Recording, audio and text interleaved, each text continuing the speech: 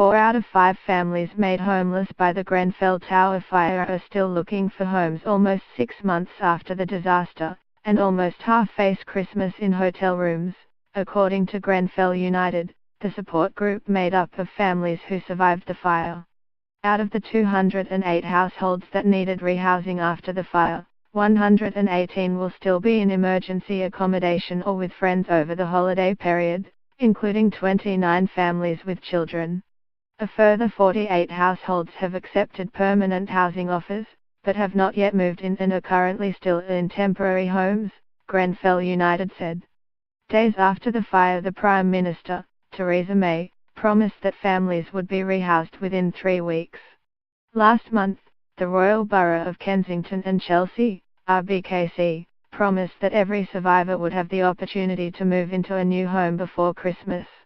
More recently, Alok Sharma, the Minister for Housing and Planning, said it would take RBKC up to 12 months to rehome families.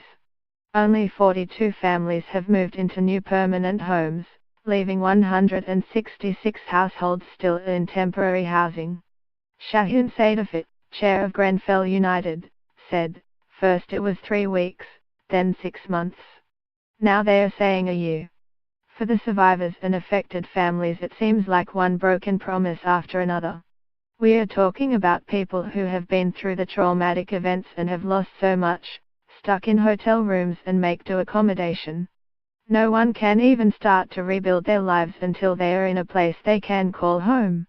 It's not too late to put this right, but it needs urgent action now. Elizabeth Campbell, leader of Kensington and Chelsea Council, acknowledged that the pace for some had been too slow. "Our priority is to find permanent homes for the 209 households from the Tower and Grenfell Walk who lost their homes in the fire. All of us sympathize with those who are still living in hotels with their children, especially at Christmas," she said. "I have always said we can only move at the pace at which victims and survivors feel comfortable. No one should be rushed into making such an important decision about where they are going to live.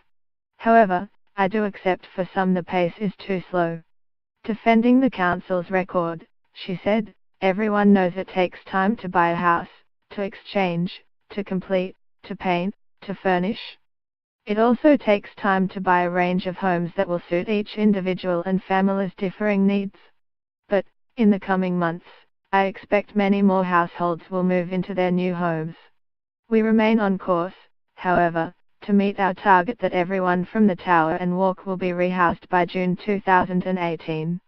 The council came under repeated attack on Tuesday night from survivors of the fire in a tense public meeting of the Scrutiny Committee, the body that oversees the official response to the disaster.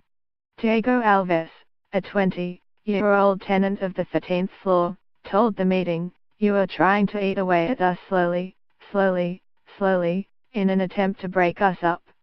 The Deputy Council Leader and Cabinet Member for Housing, Kim Taylor-Smith, admitted rehousing had been desperately slow, but said this was initially due to a lack of houses to offer survivors.